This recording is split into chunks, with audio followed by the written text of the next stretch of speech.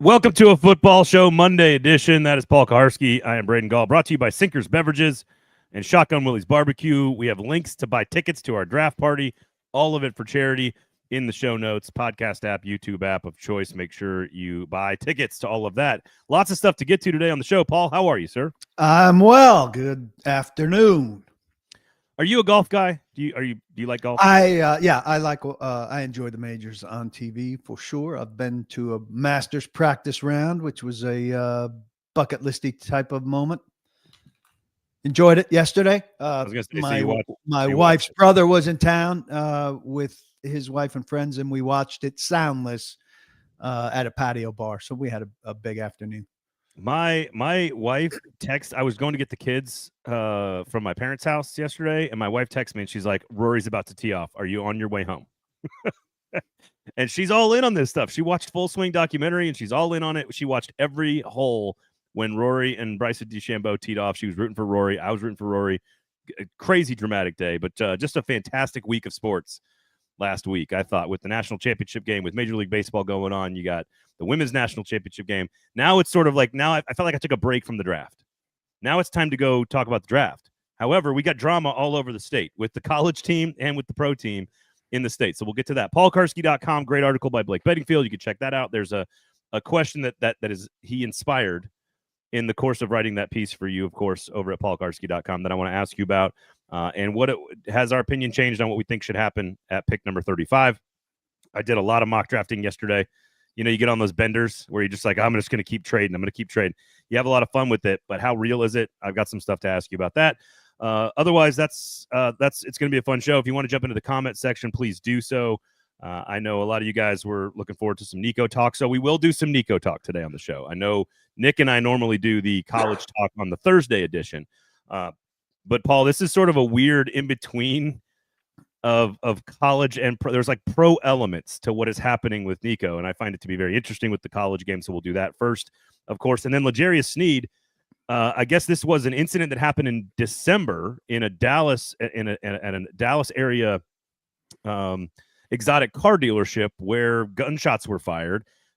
L'Jarius Sneed is now being sued, according to all the reports, and so we'll get into that and what it means and what the Titans should or shouldn't do or whatever. So we've got a lot of stuff going on. So good to see all you guys in the comments. Trevor, Eddie, and Joshua, good afternoon. Eddie says, do we think the Sneed issue affects his ability to be on the field next year? We'll talk about that. And with all the Nico talk, I completely forgot about the Sneed article over the weekend. So lots of stuff to discuss today.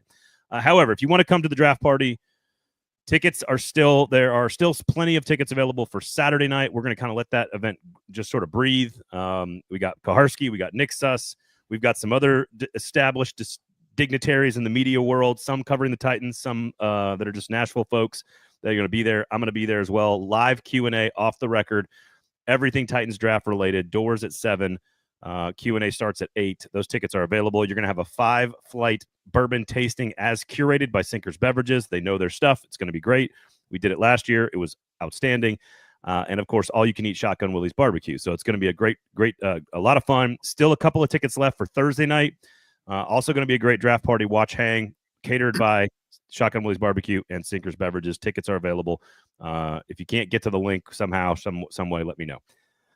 All right, Pika, let's start with Nico here. I was at a friend's 40th birthday party on Saturday, all Tennessee alumni. And I walk in and I don't think I made it to the bar to make a cocktail before I had like 4 conversations about what was going on with Nico in Tennessee. Let's just start with like your reaction when you saw the news. As someone who covers lots of contracts in the NFL, what was your reaction to the news now, to this sort of weird high profile contract negotiation taking place in the college ranks? Well, I think, from my perspective, everything I've read says this kind of thing goes on all the time, and these things get renegotiated when the player in question's worth it.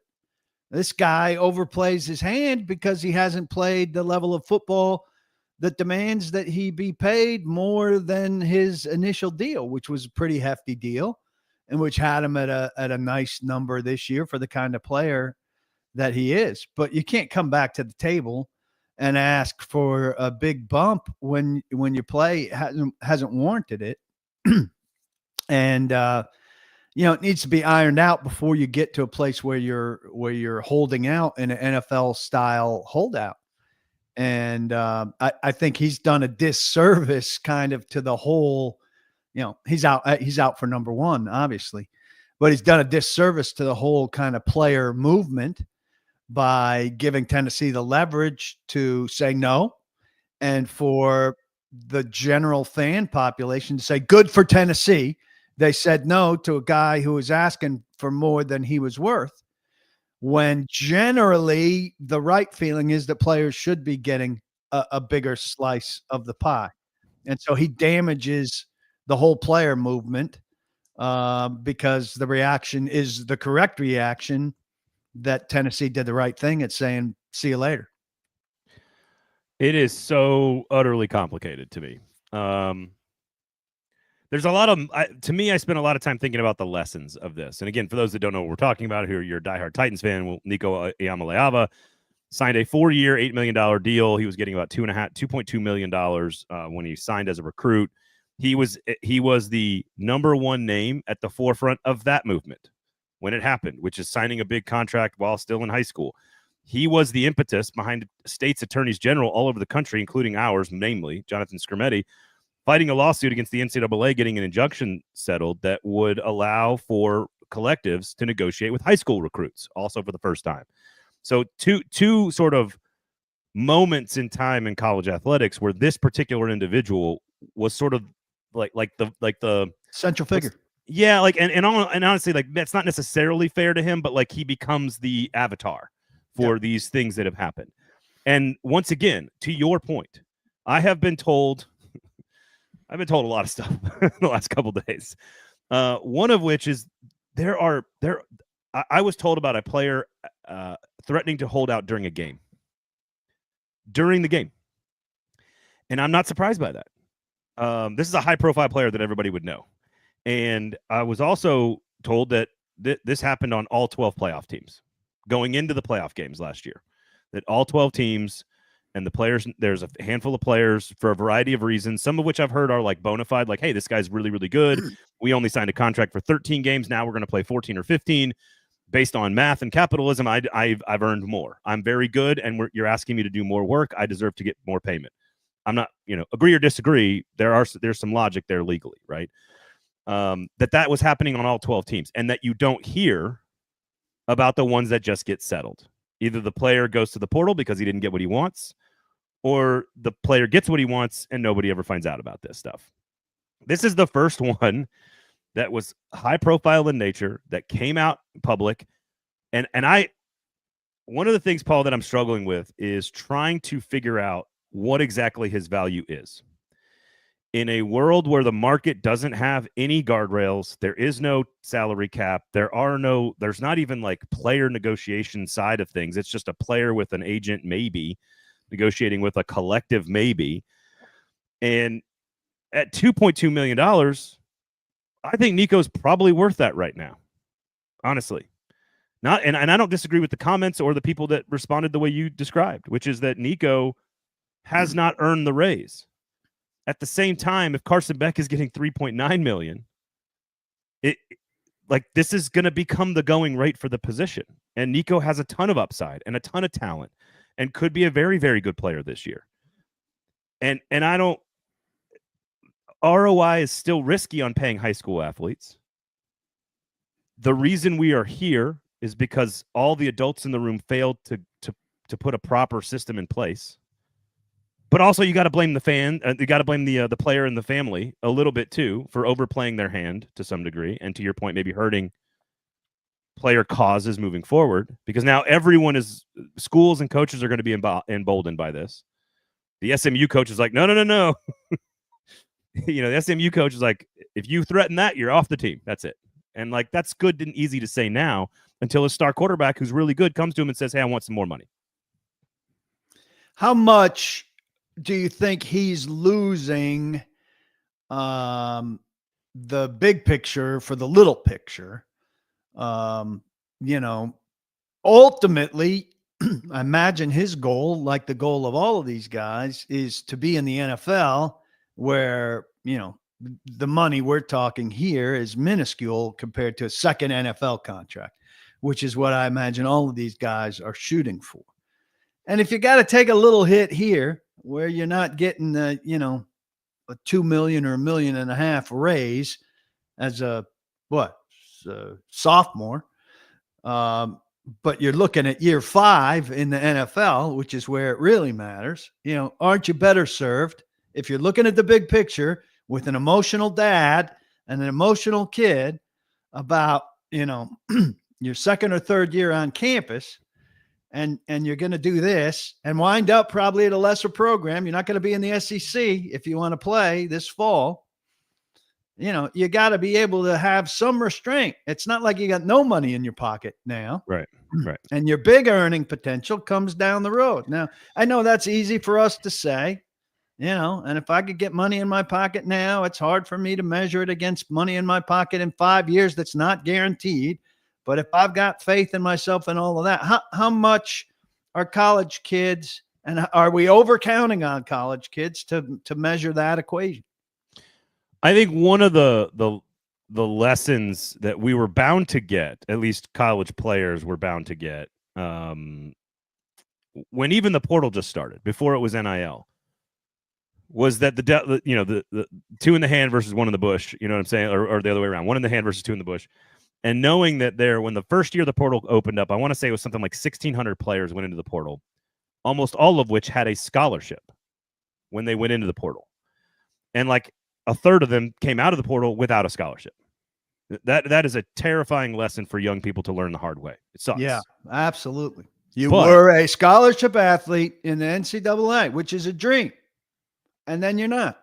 I mean, on a smaller scale, this is a larger scale. We're talking about that. You were a potential first round pick, and now you don't know that you have a starting college job. So you can't go to the SEC because of some particular rules through the SEC. If you enter the portal after February 1st, you can't transfer inside the conference. So, shockingly, a rule that shapes something. Right. I know. Upset alert. Adults put a rule in place. So there's a lot of things I've taken from this. Like, one of them is nobody's innocent in this. Tennessee's not innocent in this. Okay. The NCAA is guilty as hell.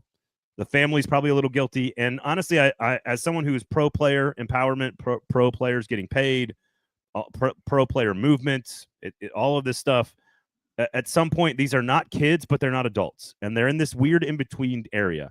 And the weird in-between area means that they don't always make good decisions. And some of this is on Nico, right? Oh, some of this is on his family. And like, what I hope is that it's that this wasn't I don't think this was from what I understand, this wasn't a Josh Heupel and the coaching staff being real pissed off that the guy didn't communicate with us and he decided to no-show, and that's upsetting, which it would be, especially if he's not communicating with you. But you don't decide to end a relationship permanently because of one mistake or one fail. From what I understand is this dates back well before the playoff game, so that this conversation has been ongoing for a while now, and so this should not be new news for Josh Heupel, which means I don't think his decision was emotional. I am curious, and this is what I think no one can prove, because if he goes and gets $2.5 million to play for USC back home in California, and all he wanted was a couple $100,000 more, that's certainly not what he's asking for. He's asking for a lot more, but let's say he ends up with 2.5, which I would assume would be disappointing. He could end up in a really great spot at USC with a great system and scheme that really benefits his run-first orientation. Like, could be very successful and good for him. Tennessee is not going to be better at quarterback right away. They're not. They might be by the end of the year. They might be by the middle of the season, whether McIntyre or the other kid takes over. I just don't think we know exactly what this player is worth because he hasn't realized his full potential yet. And while he was overpaid the first 2 years, once on the bench and last year, I don't think Tennessee fans are right to say, oh, he's just absolutely not worth the money. I think that's lost in this. He was going to become something else this year because he was supposed to grow and develop into a second-year starter, which is what old college football was all about. Develop. Well, that's the danger in this whole game. You're paying big money to a high school kid, and it's a roll of the dice, right? I mean, only some of them do you know coming out of college. You've talked about this. You've seen a couple of them that you look at a high school kid and you know that guy is going to be it. Well, otherwise, these are low percentage bets. Like you don't know. And so that's why this whole thing feels dirty, even though it's now legal to pay $8 million, a guarantee $8 million to a high school kid when you're banking your program's future on him. I mean, they didn't get involved in Arch Manning because of this guy.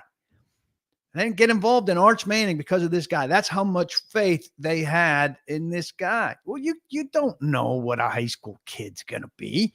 We all know a high school kid that looked like he was going to be awesome at whatever. He goes to college, he becomes a burnout.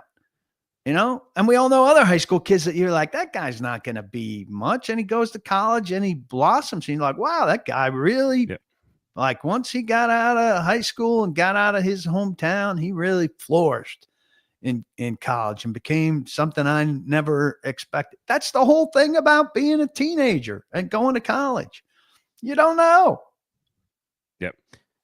So the NCAA is the first guilty party here because they allowed this for decades to go on without solving any problems. But that's been said 100 million times. We can't say that again. What I hope is that Josh Heupel looked at this pragmatically and said, I have, to use a baseball analogy, war, right? Wins over replacement, wins above replacement. We have X on the roster. I feel comfortable with these two guys, and it sounds like they're going to go shopping in the portal on Wednesday. Have fun. That they have a certain level of accomplishment that they trust. And that Nico just wasn't that much better than what they currently have on the roster. And you have to, if you're a Tennessee fan, that's an awful lot of faith you are putting in Josh Heupel and his sort of belief in his own system and his belief in his own ability. Because they are not better at quarterback today. They're just not.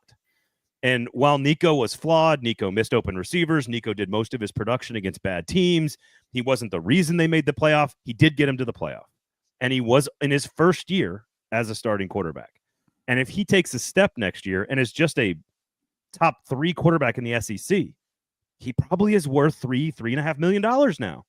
And that is where we are at with this. The system is broken and anarchy is reigning. And I don't know. Tennessee has all kinds of money. They could come up with an extra $1 million. If they're doing this to take a stand and say, we're not going to do this anymore, I respect that. But I don't know if it helps your team in the short term. So to your point about Nico, are you doing this in the short term now for a longer term game or vice versa? And I don't know if the school's doing the same thing or not. I don't know. And I think people are way too firm in their like, this was the winner, this was the loser. Does that make sense? Yeah. One of the other questions I have that I've read a lot is, if they gave him this, then everybody else is at their, lined up outside coach's door. Would that have been the case, Braden? I mean, they're not quarterbacks for one thing, so I could see a couple guys who are very productive Vols who say, all right, well, he's getting his, it's time to revise mine. But I don't see the whole roster being able to make a case for them to say, if he got his, I get mine. I mean, he's an SEC quarterback. And, it would have mistakenly gone public here if they did settle it in his favor. But I don't know that. Do you buy that idea that it creates this massive uproar in the locker room? I mean, technically it does set precedent. But, and again, there are questions about, Nico, by all accounts, a very likable young man on campus in the area, in the university, in the locker room. But there's also been some players, and again, you can't ever tell if this is sort of just post-mortem, right, immediately. There are some people saying, like, look, we're happy with the group we've got. Like, he wasn't, he was a good player. He wasn't a great player, and he wasn't a vocal leader because he's always been kind of like too chill. Also, a lot of talk that he doesn't show up for his signings and his responsibilities connected to this, that he's difficult to deal with. So to answer your question, in theory, it doesn't make sense for everyone else to think that they're worth more money, even if you're a really good player. The problem with that is that I've heard stories about backup defensive linemen who are making $85,000, not a lot of money, right? Relatively speaking, and are going like, hey, I got things I got to pay for. I need more. And so my brain tells me, no, of course, people need to understand that this is a quarterback who's a starting quarterback at the biggest, most high-profile conference in America. It's not the same. And at the same time, we're talking about, again, not kids, but not adults. These are not fully formed humans that make all the time great rational decisions.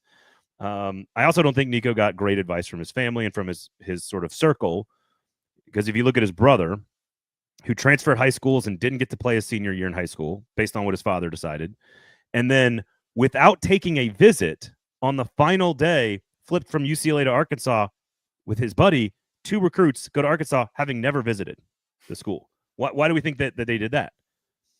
Again, I'm not saying that they should or shouldn't have done it, but it's clear what their motivation was. Payment. Allegedly. Allegedly. Obviously, allegedly. Obviously, allegedly. I do think this will lead to some change because we've got Congress trying to figure out how to put legislation in place. This is never going to change until we get to some collective bargaining, which also incurs some legal issues with antitrust. And like, there's all kinds of it's very complicated to actually fix the system. But I do think this kind of high profile conversation, and it is just ironic that all 3 of the biggest changes you could argue about with player payment are going to be because of Nico. So he is going to be synonymous with this era and the changes around this era. And Tennessee will now be tied to this, whether they like it or not, forever. Forever. And that his name may well be more well known for this than anything he does football-wise. As of right now, I mean, again, playoff bid, fine, good player, not a great player. I think I saw some comments. I think Josh said this in the comments, and you guys have been really good, and I haven't had a chance to get to all you guys, but Josh says, I expect them to spend a lot to show it was a move on principle and not that they're cheap. They're not cheap. I can get with that. They're not cheap, but I can understand that's the perception that they want to put out there, right? This wasn't about money. This was about choice, right? Like, that's what they want from their sales perspective. And then what happens if he goes and gets a $3 million deal from USC? Again, I cannot think of another school. Arizona State has a starting quarterback. UCLA. But did his family burn the bridge with the last thing? Now, one of his coaches from high school is one of the directors of player personnel or whatever it is for UCLA. They have a deep relationship there. Is it possible? UCLA also has large budget problems in general because they're not this, they've always kind of had UNC too, QC Hawk says, depending on how Belichick's leaning there. But he's not going to let a controlling kid come in and, they'd have to tamp down a lot of stuff for him to be their guy. So I guess where I get to this at the end of it all is number one, we've got to figure out a way to manage all of this stuff in a better way. And unfortunately, it might take an act of Congress literally to do that. And I don't trust those folks to handle this because it's not a priority. This is not a priority for them. And so here's the thing, though. I don't think Nico's better today because of this. And I don't think Tennessee's better because of this. I don't think the NCAA is better because of this. I don't think the SEC is better because of this. I think we all lose. I think everybody loses. And other coaching staffs and players are going to lose because of this. Everybody loses because of this. And I think it's kind of everybody's fault to some degree. And I think playing the blame game is almost impossible. And we'll see what happens. Hell of a story. Hell of a topic. Huge story. Huge story. And God, Tennessee and Nico right in the middle of 3 of the biggest changes maybe ever in the history of the sport, all tied together. So we'll see what happens. All right, Sinkers Beverages. Maybe I'll tell you guys, if you want to come to the Sinkers Beverages draft party on Saturday night, maybe you guys can ask me and I'll tell you some of the players that I know some stories about that have done some of this stuff in the past. And I'll give you some names when we're in the off the record situation. I'll give you some names on one story I heard about a very high profile player that you would know the name of, PK, that was sitting out a series in the middle of a game. Crazy. What are we doing? What are we doing? All right. Speaking of crazy, what is going on with L'Jarius Sneed? And so I guess I'll try to lay this out. So in December, L'Jarius Sneed is with another person, right? Around a Dallas, either at or around a Dallas-based exotic car dealership. There is an individual who is there looking at cars. We don't need to know his motivation for looking at cars. Not important. Whether they're on the property together before, I'm not sure if that's clear or not, Paul. But apparently, Sneed and the car drive by in a Lamborghini. They drive by. There's video surveillance evidence of this, and shots were fired back at this individual. Again, we don't really know why. And February 20th rolls around, and this individual has filed a lawsuit for $1 million suit against L'Jarius Sneed. Had some comments about the Tennessee Titans that I thought were cheeky and funny. The comments, the Tennessee Titans have said, we are aware of all of this, and we are handling it, going through all the proper channels, et cetera, et cetera. The first information out on this, and it does seem like also that Sneed and possibly his mother, allegedly according to the suit, were pressuring this individual to let it all go, which is also bad. How about this? When should have the Titans known about this? Well, they should have known about it relatively soon after it happened. Now, that's a matter of their security people monitoring their people, having stuff get back to them. That's always sticky. It's a matter of Sneed telling them he's at least near something going on, and the guy's not going to necessarily raise his hand and come and tell them about it. Certainly, once the suit is filed, they should know about it. So at the latest, February 20th. But listen, I had indications at the combine. So the suit would have been filed just before the combine that they were unhappy with Sneed beyond the disappointment with the injury-riddled season, and that there was some stuff up. That I made some calls locally to see if there were any arrest records or records of him being involved in anything locally. So I had no way of knowing, where stuff had gone down or to look anywhere but here. And it turned up nothing here. So, there's no way of knowing, at best case for the Titans, he was with somebody who did something stupid, allegedly, which isn't great. At worst case, he did something really stupid, which is disappointing. And, a bad character incident to put it politely, I guess.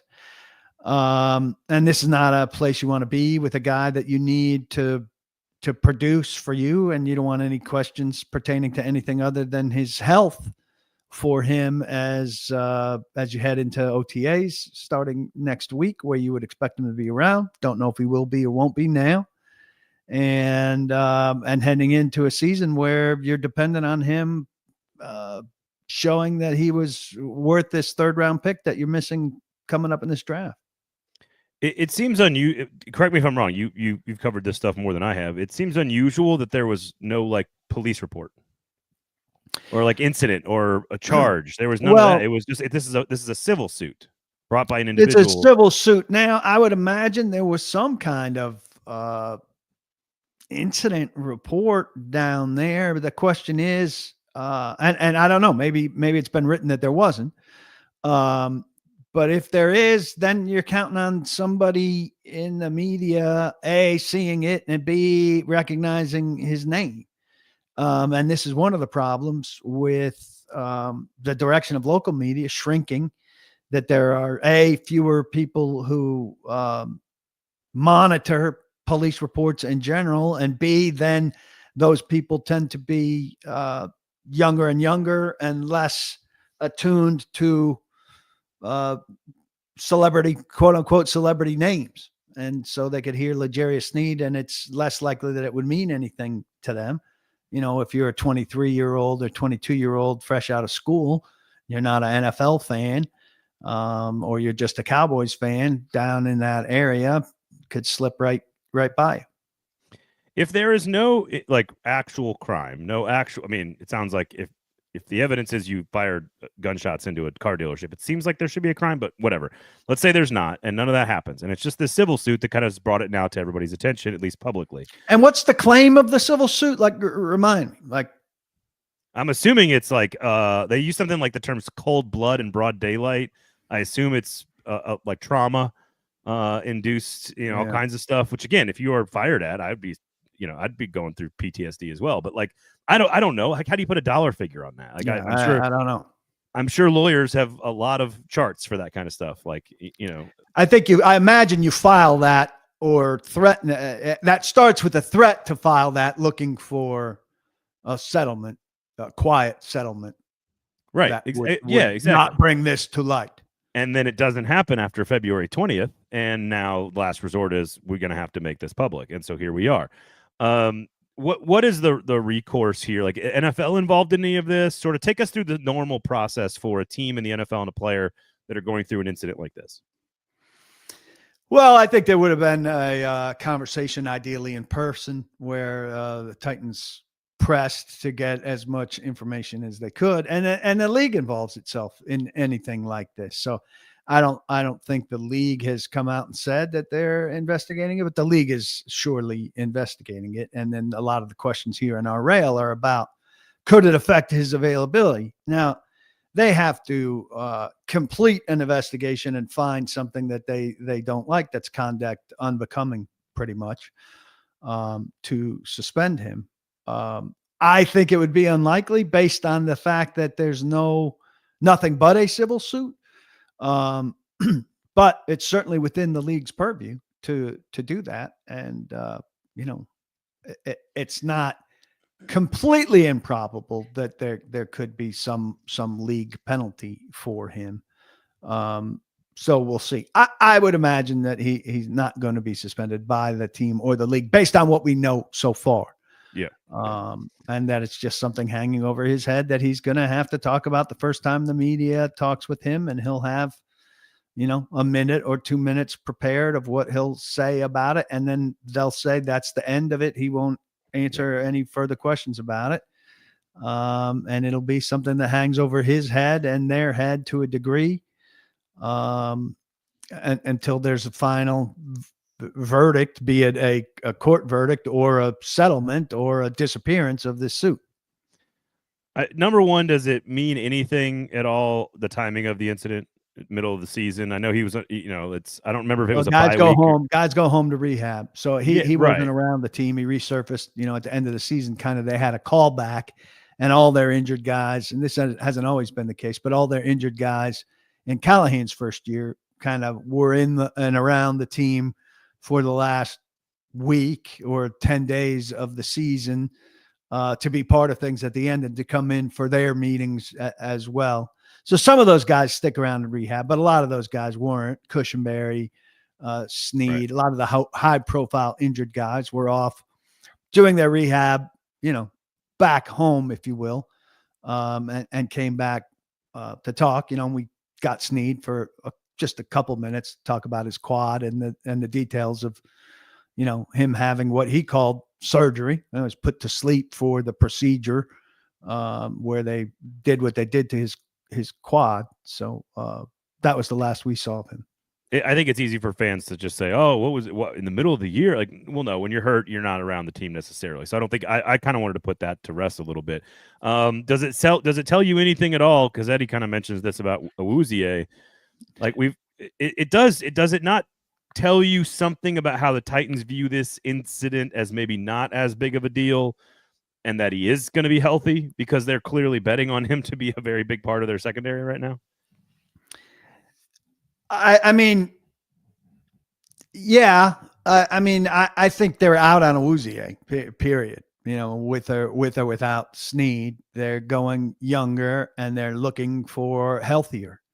And I think Sneed's contract dictates that he be around this season, barring something that, just completely wipes him off of as a roster possibility. Financially, I think the contract dictates that he be on the roster for 2 years here at least. So Unless this turns out to be a much bigger deal than it sounds like. Not that it's not a big deal, but it's below the bar that he can't be a part of this team. He's going to be part of this team, and they're going to count on him. I think we're all expecting they're going to draft a corner here. I'm going to have a story tomorrow about Borgonzi kind of influencing Brinker's parameters for a corner, particularly on size. I think that's an interesting development. They might be willing to go a little smaller than they used to be able to. The Brinker was a big, I've got to have big corners guy, and they're not as staunch on that anymore from what I've learned. So stay tuned for that. But I mean, he's in the mix. As long as he's healthy, he's going to be in the mix unless something crazy comes out of this that we don't know yet. So it doesn't really feel like there's a whole lot extra to read into what was going on, when it happened, other things that they decided to do as an organization. It feels like this is just sort of like they knew about it. They've been aware of it. There was an incident, and it probably is not going to affect him too much. And they're kind of proceeding as business as usual. Well, I think they're more down on him as a result of it. They're more disappointed in him than maybe we thought, because this was going on, and maybe there was more going on. I don't know. What I heard is there was stuff going on. So I don't know if this is it or if there was other stuff. I'm not suggesting criminal stuff necessarily, but attitude stuff or approach kind of stuff that they just weren't real excited about. Yeah, it makes a lot of sense. Make sure you check out that article tomorrow, paulkuharsky.com. Mike Borgonzi's impact or influence on Chad Brinker as it pertains to the cornerback position, which I expect. The more and more I think about this, Paul, the more and more I think corner is very clearly a piece they're going to draft. You kind of get to those last 4 or 5 picks in the back end of that draft, last 3 or 4 picks, I guess, and you can kind of see some blend and combination of a third safety or a third linebacker or a tight end or a running back. And it felt like it took me a long time to get corner into that mix. And now I feel like corner is near the top of that list. I think out of those 2 4ths and 2 5ths, there'd be a corner in there. Yeah, and I think if you're going running back, I think it's at the very end. I'd hope the last pick, but we'll see. It's the last pick. Maybe somebody they love sneaks through there, and a lot of that stuff's at play. Sinkers Beverages, Shotgun Willie's Barbecue for your draft party. Every penny goes to benefit the Our Kids Foundation here in Middle Tennessee, a great, great charity. All you can eat, all you can drink Thursday night, $30 at the Track One building right there in Wedgwood, Houston. It's their headquarters, Sinkers headquarters. All you can eat, Shotgun Willie's Barbecue. All you can drink. Is going to be a great time. Hot Read and a football show are going to go live when the Titans go on the clock. JT and Stoney are going to be there. We're going to do our live stream reaction like we always do when the Titans make a pick. And then we're just going to hang out and have fun after that. Who knows? Maybe the Titans trade up from 35 back into the first round, PK. You never know. Let's hope not. Let's hope not. You'd like an easier night. You'd like to be done. No, it's not about that. I just think they need numbers, and I can't see them parting with picks. We're going to ask. I want to get into sort of a question that Blake Bedingfield inspired on paulkuharsky.com through his article today about a bunch of players he's targeting sort of in the second round. And I've got an interesting question though, but I got to ask because it's another week. We're 10 days out. How are we feeling? Like temp check on Cam Ward #1. Like are we at 100% now, or are we still 95? Like where are we at here on the Cam Ward temp check? I was at 87 for a long time. I'd say I've at least hit 90 or over 90. I mean, so you've gone from Kevin Dyson to Derek Morgan. Okay, all right. Yeah, I mean, there's nothing out there that is causing any suspicion that they're not going that way. I think it's fair to put it like that, right? I mean, can I lay out a really strange conspiracy? So if you were going to create the conspiracy of value for the #1 pick, in theory, and you had a structured plan to execute this plan, right? Your #1 job would be to inflate Cam Ward as much as possible, right? That'd be #1. #2 would be to make sure everyone thinks Shedeur Sanders isn't as good as Cam Ward. That would be the #2 thing on the list. It feels like we've entered the second phase of the conspiracy theory. That over the last week or so, we're hearing a lot of folks saying a lot of things, not the Titans necessarily, but a lot of folks saying a lot of things about Shedeur Sanders slipping falling down. So a lot of people participating in the Titans conspiracy. Yeah. Getting him to 9. They're all on board. Everybody's cooperating. I just think if you're trying to trade the pick away, you want Cam Ward to be as good as possible, and you want there to be no other option. No other option. That's good for the Titans in theory, hypothetically. In order for them to take Shedeur Sanders where? No. Not that they want Shedeur. Oh. I'm not saying they want Shedeur. I'm just saying you need to devalue the alternative so that there's not a second path for any other team to go get him at 3 or 6 or 7 or 10 or whatever.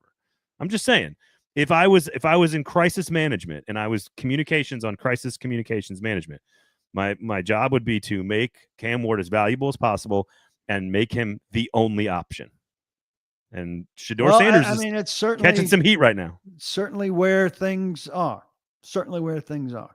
That the third part of that, though, it wouldn't be part of the strategy, but the third part of that would be that there would be at least some rumblings of affection or for what the alternative was, and there's none of that.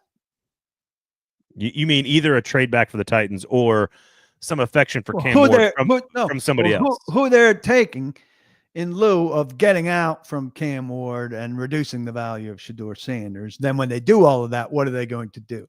And there's none of that. Yeah. Is the fact that no one else is talking about Cam Ward a pretty glaring thing here? I would think so, though. I mean, in your master plan, they can't talk about Cam Ward because he's so valued and beloved by the team holding the number 1 spot. I'm mostly kidding. Kidding. I mean, I'm leaving 10% there, or something like that. Maybe the better question is, you've covered a lot of drafts and you've covered a lot of smoke screens out there, and it does feel like we would be hearing from somebody that they really liked Cam Ward. Either they're keeping their powder really, really dry in other places to make the big offer at the last minute, or every other team is resigned to the fact that they can't get Cam Ward. I mean, I think that's kind of what's out there, is that these other teams feel like they can't get him, or have, given up, know that that's a very slim possibility. I think NFL Draft Inc. has pretty much decided the Titans are taking Cam Ward number 1. Now, you get closer and you make a phone call and all of that. There's still all of those possibilities, but I think, everything but them saying they're taking him, which would be fun because, a billion people are going to say they're the person that broke that they're taking him, when everybody's already highly speculating that they're taking him. It's going to be such a fight over the nuance of the language. It'd be amusing. Yes. We're in the 90 percentile range here locally. So there you go. Okay. Well, I just wanted to ask, weekly, 10 days out here. It sounds like it's been such a foregone conclusion for the better part of the last 2 weeks, maybe longer than that. I'm searching for some drama here. I'm searching for some excitement with this pick, but it does feel like it's all but a done deal. Hey, there's a reason the big story at paulkuharsky.com today is about the best options at 35. Speaking of Blake Bedingfield's, all right. So here's my first thing on this. Really interesting. I like the sort of the wind up here by Blake Bedingfield on this piece, which is a lot of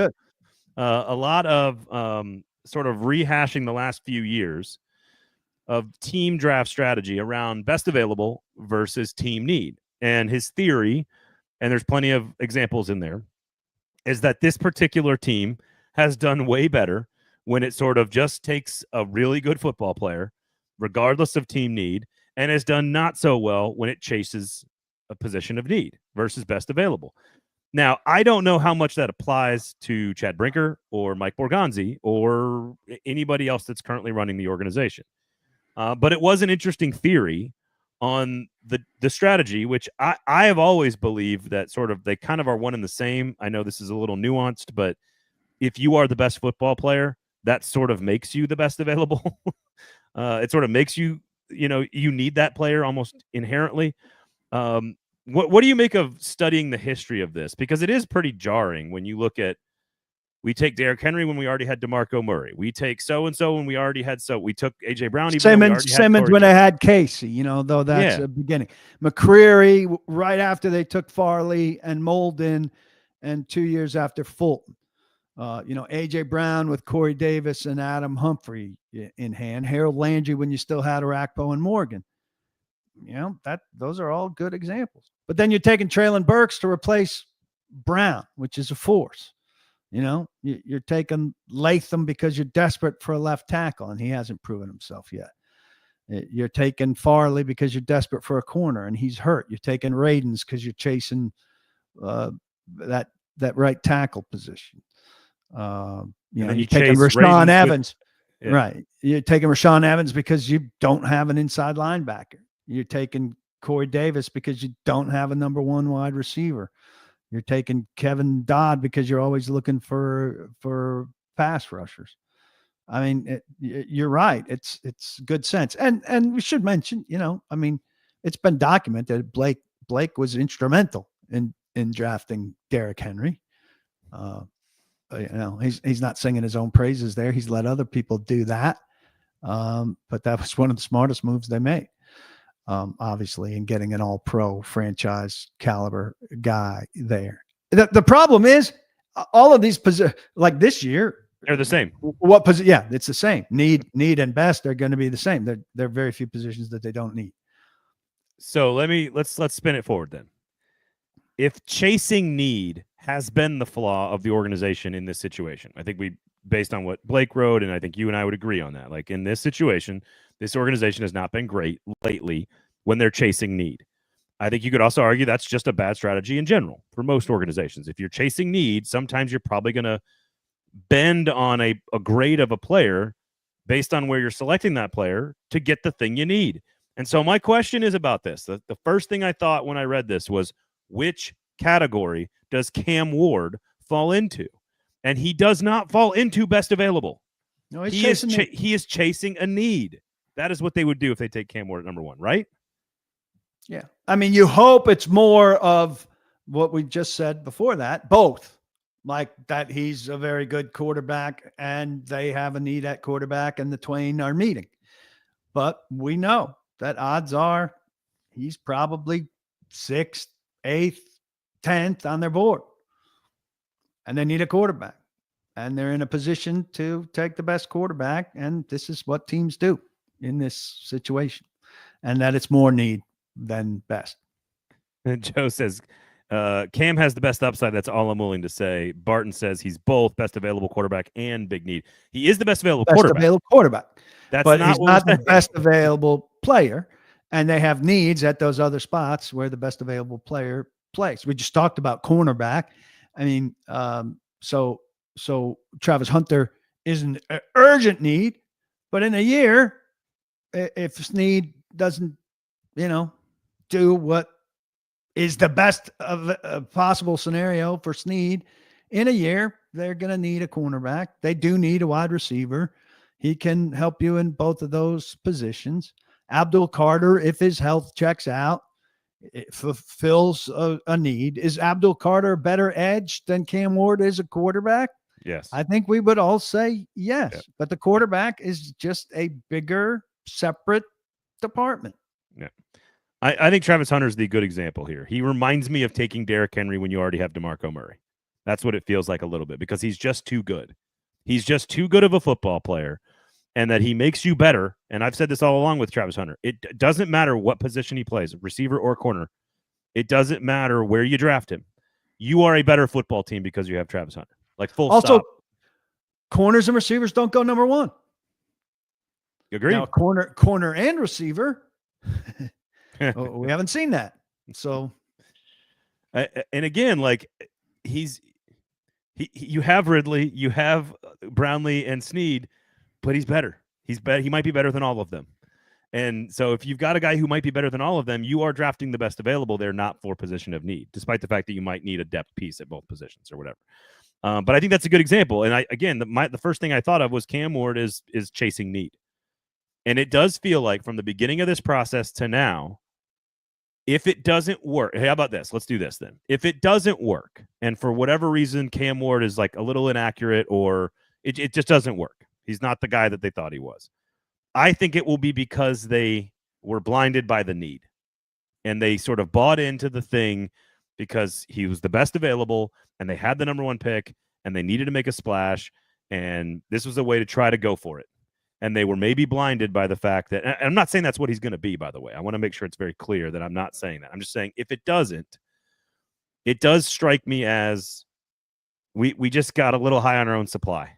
We bought into it a little too much. We convinced ourselves that he was the fix and that you chased need a little bit. That's how it feels.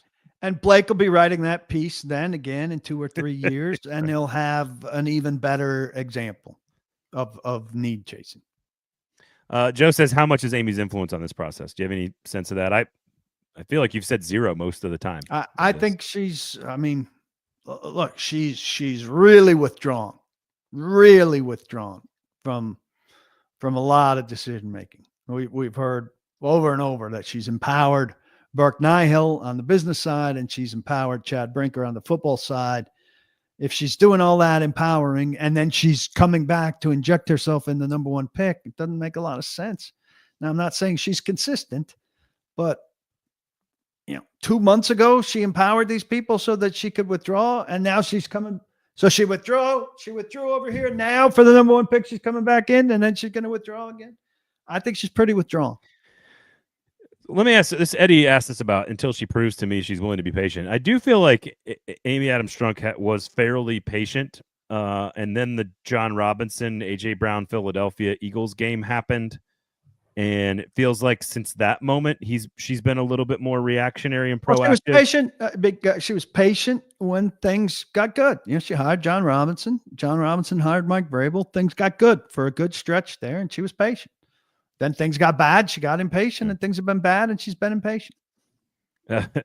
Amy Adams Trunk has sporadic patience, says Barton. I think that's probably about right. I mean, she's got the kind of, she's got bad owner patience. She's patient when things are good. Bad owner patience. Sounds like a fantasy team name. Bad owner patience. I do think that you and I have talked a lot about this, and I think it's important to dispel the rumor. Maybe it's possible that she has spoken to all these decision makers and said, look, we need a quarterback to go into the building, and I want a quarterback. Maybe she has said that, but it seems unlikely that that's that she's meddling with positions of need. It seems very unlikely to me. Joe Blacko says she don't put up with embarrassment. She's doing the embarrassing. She hired Rand Carthon.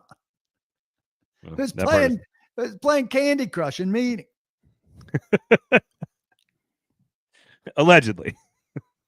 I got that pretty firmly.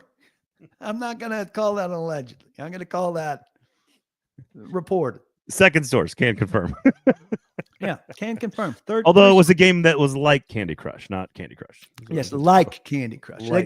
These guys couldn't get close enough to the screen to see the copyrighted Candy Crush. Yes, exactly. Someone else called it Tetris. I'm going to be honest. So could be a variety. It's a colorful game. It wasn't black and white. I know that.